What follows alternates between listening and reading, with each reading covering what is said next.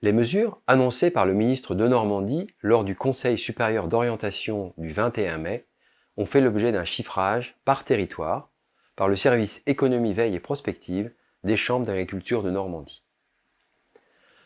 La baisse du budget de 2% entre l'ancienne et la nouvelle programmation est estimée à moins 5,4 € par hectare pour la Normandie, soit 10 millions au total.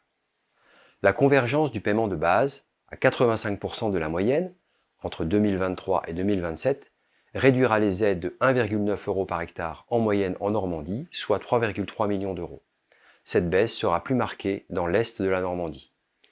L'uniformisation de l'écorégime à 65 € par hectare double cet effet macroéconomique dans l'hypothèse où tous les agriculteurs normands perçoivent l'écorégime.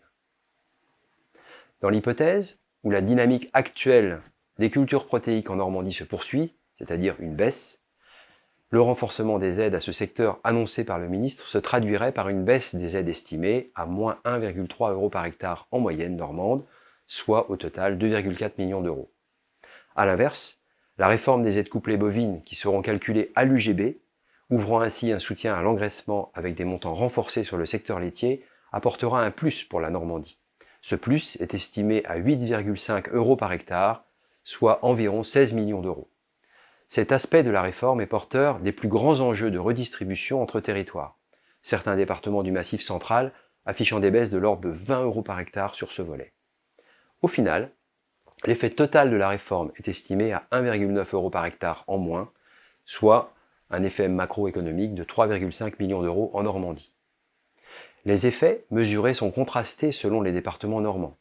Hausse de 2,4 millions dans la Manche pour atteindre 14 000 € d'aide par actif non salarié, stabilité dans l'Orne et le Calvados, baisse de 3,4 millions d'euros en Seine-Maritime pour atteindre 16 900 € d'aide par actif non salarié et une baisse de 2,6 millions d'euros dans l'Eure pour atteindre 21 200 € d'aide par actif non salarié. Je me dois ici de vous indiquer qu'il faut interpréter ces résultats avec prudence, car ils sont basés sur des hypothèses, sur le couplage des aides, dont les curseurs sont encore en discussion, et surtout qu'ils sont faits à système constant et sans adaptation. À l'échelle des systèmes, les premiers travaux sur les cas types montrent une petite baisse dans les exploitations de grandes cultures, même si elles vont devoir s'adapter pour percevoir l'écorégime, notamment dans le Perche et le sud de l'Eure. Une baisse limitée en système lait, la convergence étant partiellement compensée par les aides couplées, et une baisse plus marquée dans les systèmes bovins qui vont voir leurs aides couplées réduites, mais également leurs aides découplées. Contrairement au système viande du centre de la France qui devrait bénéficier de la convergence pour atténuer la baisse des aides couplées.